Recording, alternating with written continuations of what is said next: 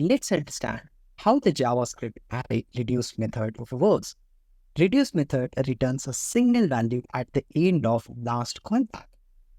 The callback is getting executed here on each and every element of your array, and it also consists of the return of the previous callback. And let's see how it is useful with one example. So in this example, we are having an array of 5 elements. So in which 5 numbers are there. We want a single sum of all these values. How we can do that? We can do with the normal for loop statement and everything, but the JavaScript is having a special function for that. That is reduce. So what reduce will do? Reduce by default initially consider, for example, 0 is the summation of this array because we need something initial convention. So let's consider 0 is your initial summation before starting the calculation. When the first element you are picking up, when the first callback will get executed, you will say 0 plus 1. What is the outcome at the end of the first callback? 1. So you can mention it in this way. So if you're writing a callback function, the previous value will be 0 and the current value is 1. 0 plus 1, the outcome will be 1. So till this point, the sum of the array is 1. Let's move to the next one, that is number 2 element. So when your callback function is getting executed on the second element, the previous value will be 1, which is an outcome of the previous expression. And now 1 plus current value 2, your output will be 3. Same callback function will get executed again on third element of your array. Previous value will be 3, current value will be again 3 here, and your outcome will be 6. Callback is getting executed on the fourth element. There the previous value is 6, current value is 4, and your output will be 10.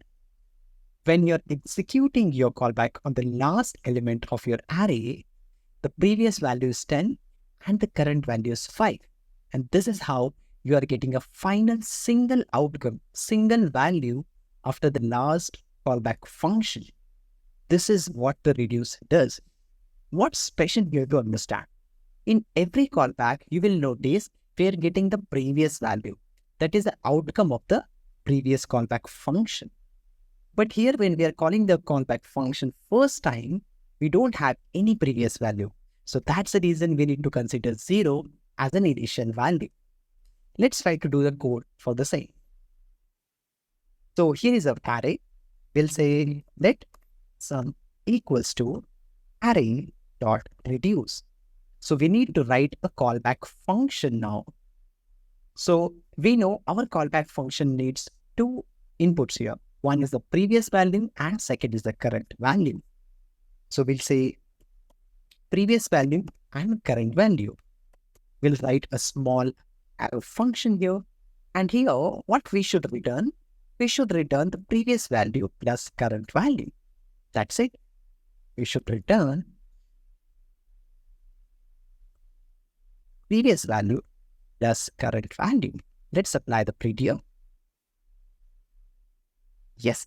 And now if you see, we need to mention this 0 as an initial previous value to start this calculation. And there you can find, if you go to the documentation of reduce function, you can also pass the initial value. Let me just show you where you can do that. Reduce previous value, current index, array.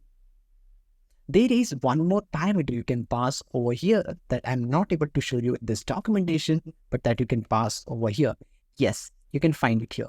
So here you can pass an initial value, and this initial value will be 0. The same you can see in our slide. Let's apply the print here again. That's perfect. And let's see the outcome.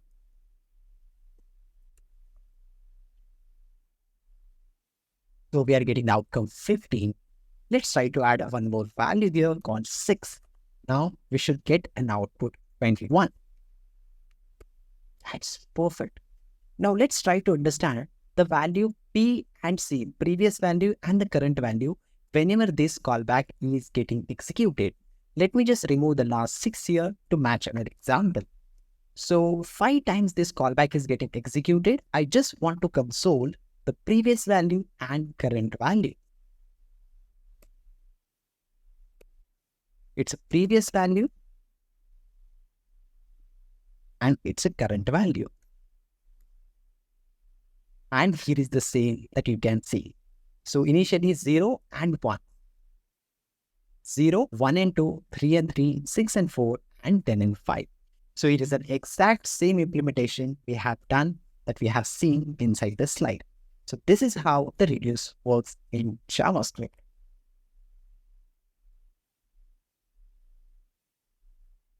Let's talk about the array reduce method, how we can call it without an initial value. Why the initial value is necessary first of all? Because for each and every element of your array, the callback will get called.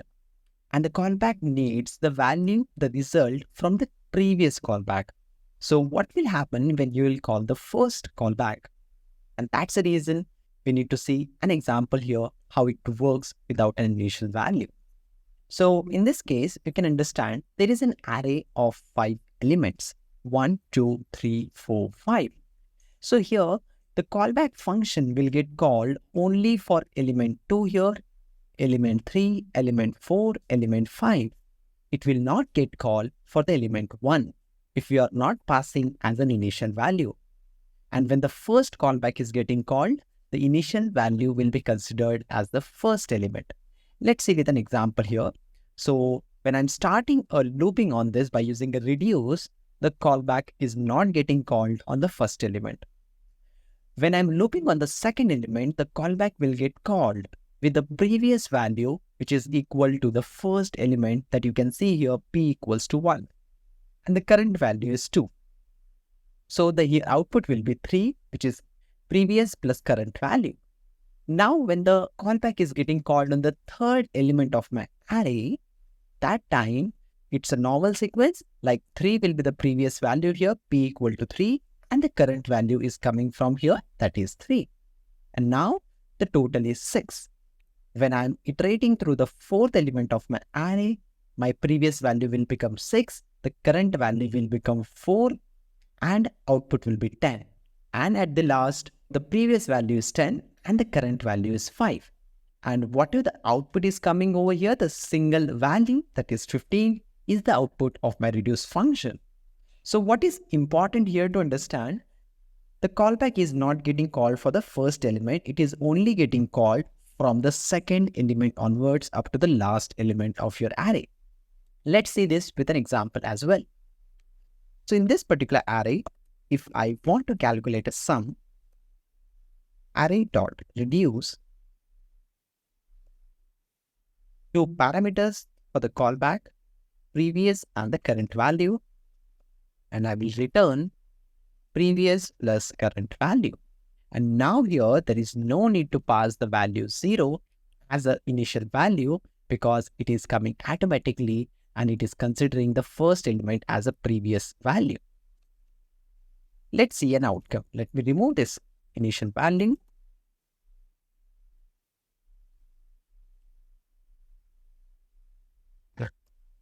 That's perfect. We are getting the 15 here, the total of all this. Now also try to observe this callback is getting called only the 4 times and it is not getting called 5 times. So let's prove that. So what I will do here in this particular callback function in this body, I'll try to console the current value. Current value is C. So how many times I am getting the current value? With that, I can easily understand this callback is getting called or not. Let's see. So we are getting this callback called only 4 times and which is starting from the second element of my array from over here. Along with this, if I also want to see what's an appropriate previous value, let me just add a comma here and mention the previous value as well. So we can see when the first iteration is happening, when the first callback is getting called, the previous value is 1 here and the current value is 2. So this is how we have proved how the callback is getting called from the second element onwards. But always it cannot be useful because there could be some other scenarios. Let's see a scenario where we need to calculate the square and then we need to start doing the summation. So we need to enhance this example a little bit. So let me just take a copy of this example. Let me remove the console. Okay. So what I want to do now, I don't just want to keep doing the summation. For the current value, I want to take this square and then I want to keep adding it. So ideally, what should be the output of this? So if we figure out the output for this, squares first, so 1 square will be 1, 2 square will be 4, 3 square will be 9, 4 square will be 16, and 5 square will be 25. And which is equals to 25 plus 16 plus 9 plus 4 plus 1, 55. So we should get a sum of 55 here.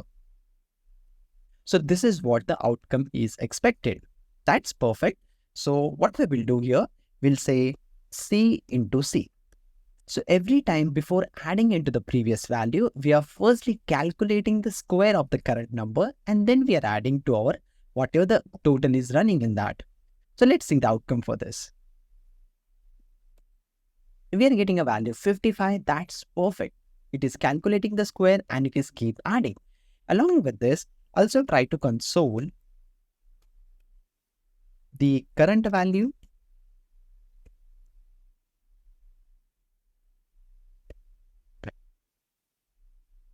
and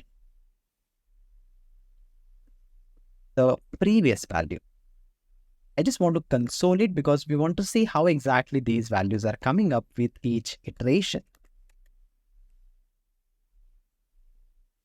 Okay, so as we know, the iteration starts from the second element over here. So that's very correct. I'm getting the current value 2 here. And the P is 1. It means the initial value. That's okay. Now, when the second iteration is going on, there I can see in the first iteration, first of all, so it is C into C, that is 2 into 2 will be 4 plus 1 equal to 5. So here the previous value you can see the 5.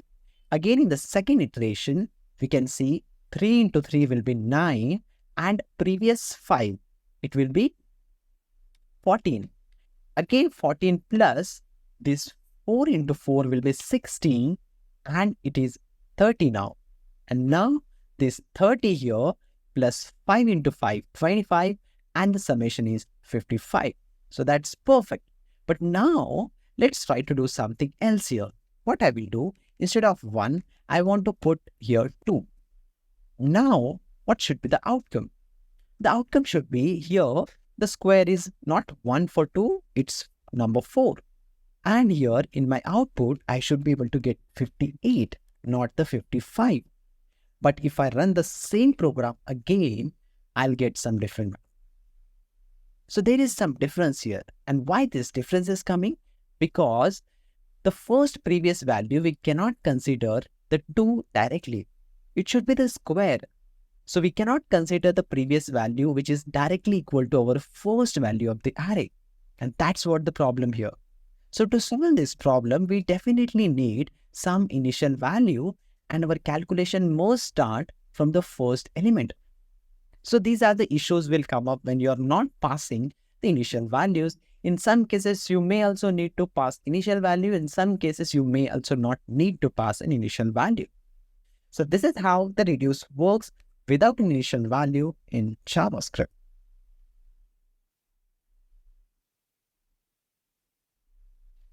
Let's understand the advanced config available with reduce methods.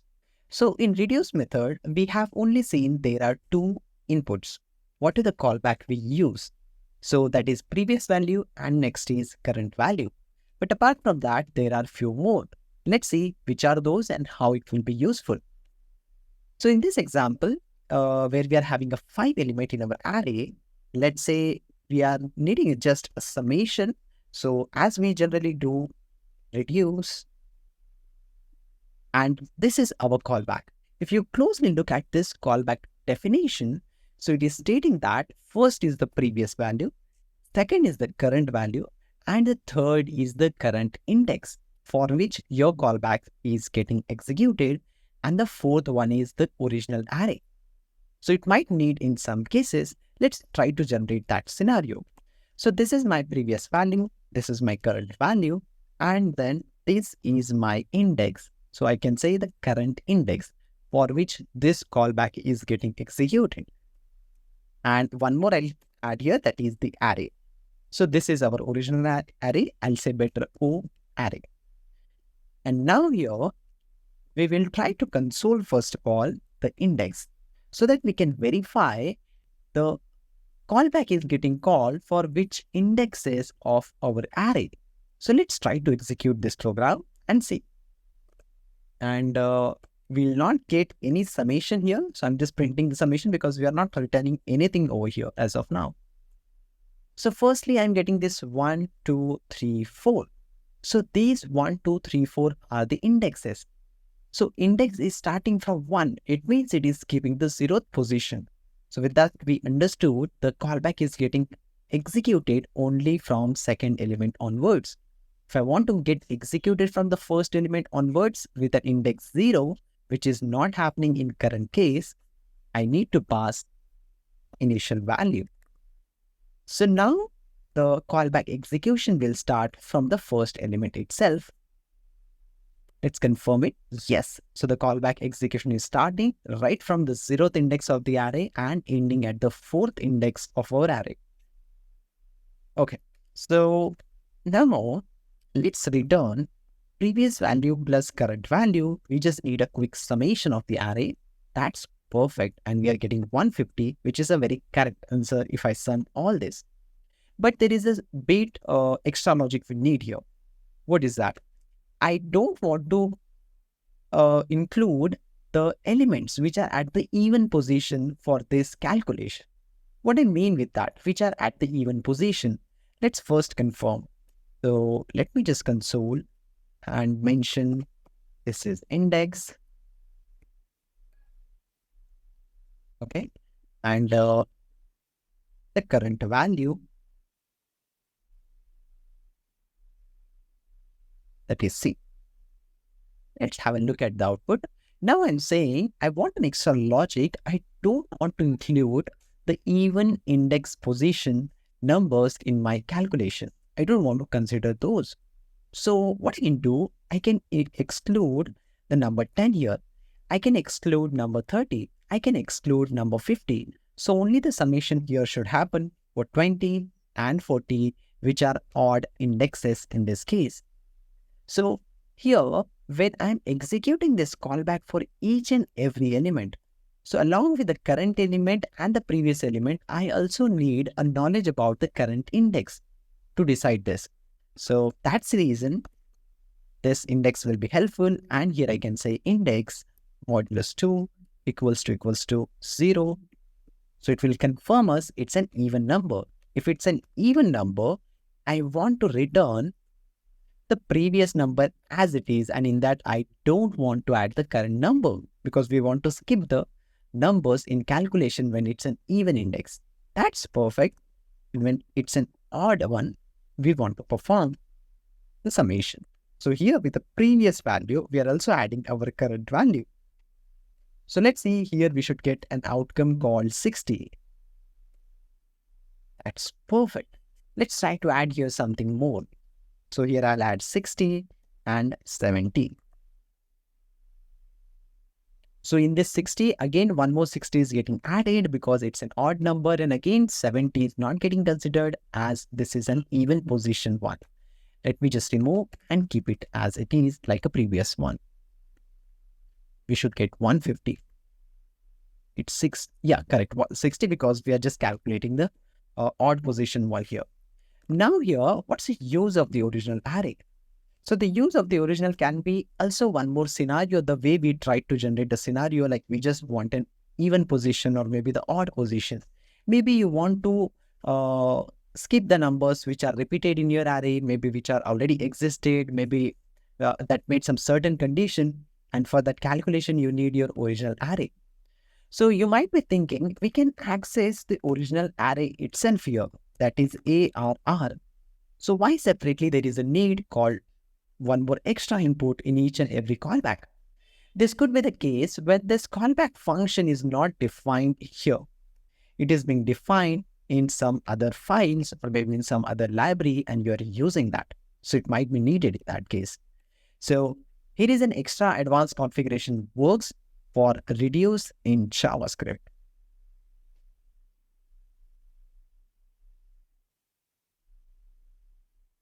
Let's see how the reduce method works on array of objects and what are the precautions we should take when we are dealing with objects with reduce. Let's try to understand this with a small example. In this example, we are having an array of 3 objects, 3 employees. Each object employee here, which is holding 2 properties. One is name and second is points. So what we want to achieve with the reduce method here, we want to perform a summation of all the points which are present inside an object. Till now what we have seen, the values was directly present as an array of integer. But now it's an array of objects now, and inside object there are values. Now, whatever our previous value and the current value will be there will be a small difference due to this. So if I execute a reduce method on this by giving initial value 0 as an integer, let's see how it works. So very first thing, when the callback is getting called on the first element, my previous value will be equal to my initial value that we can give in reduce method. My current value will be this whole object. That is important to understand. The current object is the whole object here, and when you will perform a statement called p plus previous value plus points, you should say c dot points, because the current value is indicating a whole object in this case. So it will be c dot points and the previous value is 0. So the final outcome will be equals to 4 here. That's perfect. Let's move our callback on the second element of the array. So here again, the previous value will be equal to 4, which is coming from the output of previous callback. That's good. Now the current value will be my current element, which is this. And here the points are true. Here p plus c dot points. So the p is previous value is 4 and the current points are 2. So total is 6 in this case. And the same will happen for the last one. And finally, we are returning number 16. So what is important here to understand, the current value is representing object. What's the next point that we should highlight here? The initial value that we are passing is the integer. And the last value that we are receiving is also an integer. We can also receive a final object as a reduced output. But we need a summation in this case. That's the reason we are having a number as an output of the reduce function.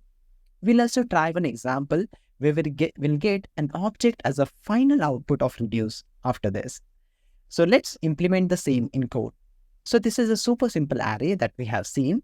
And let me quickly say here, let sum of array reduce, and here the previous value, comma, current value. I should say previous value plus current value. And now as soon as I say c dot, I can see the properties which are available inside the object. Immediately it is showing me the name as well as points. So I need to use points properties here. Okay, and the initial value I would like to mention as 0. That's good. Let's apply the print here and see the summation. That's perfect. So we are getting a quick summation here called number 16, 1, 6. So this is correct. 4, 2, and 10, 16. Perfect. Now we also try to have an object as an initial value now and as an object as final output of our reduce. So what is the final object that I'm expecting here? Let me just show you. So I'm expecting, for example, points array. So I'm expecting like 4, 2, 10. So I want to build an object in which there will be one property array in which 4 to 10, all these points will come inside a separate array.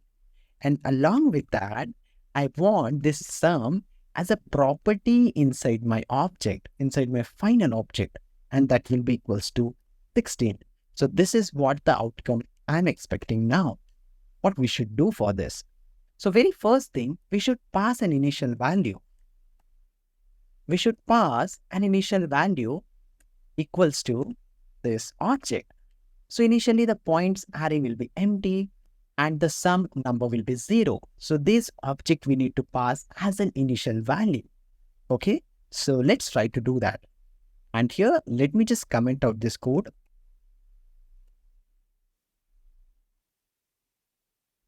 So the initial value, this will be my initial value.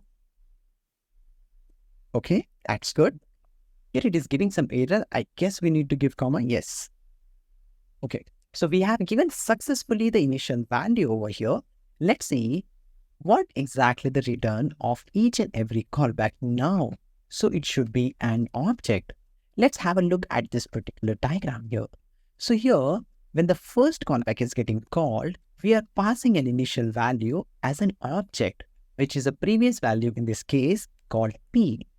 And here it is an empty array and there is a sum equals to 0. And the same we have also mentioned over here. That's perfect. Now let's move to the current value. So the current value is my first element object. That's also good. And here I am returning a new object which consists of an array as well as the summation. And that's what we need to do here. So we need to create a new object in which we need to give points as well as summation. So here in these points, firstly, I need to copy the points from the previous object that is coming as an input.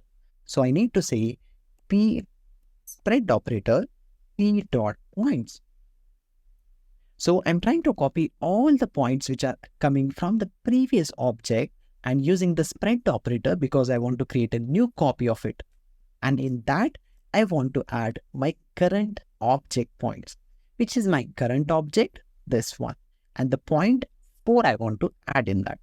So I'll say c dot points. Okay, we are ready with these points. Now it's time to calculate the sum. For the sum also we'll do the same. We'll say from the previous object, whatever the summation is coming up, in that we want to add current object points. That's perfect. Now let's see at an output how exactly it looks. So this is what the output we were expecting. So in this output, you can see we are getting a final object in which we are getting points 4 to 10 and the summation of that is 16. So the final output of this reduce function is an object in this case. Let's also understand the same with a diagram. So when I'm calling the second callback on the second object, so here the previous value is point array of 4 and the summation is 4 here, which is an outcome of the previous callback. And now again, we are doing the same thing here and calling the third callback. And finally, in the third callback, we are outputting a complete object with array as well as summation. So this is how we need to work with objects in JavaScript when we are using the reduce function. And we need to also be very accurate what particular initial value we are passing, what value as a return we are giving for each and every callback to deal in objects.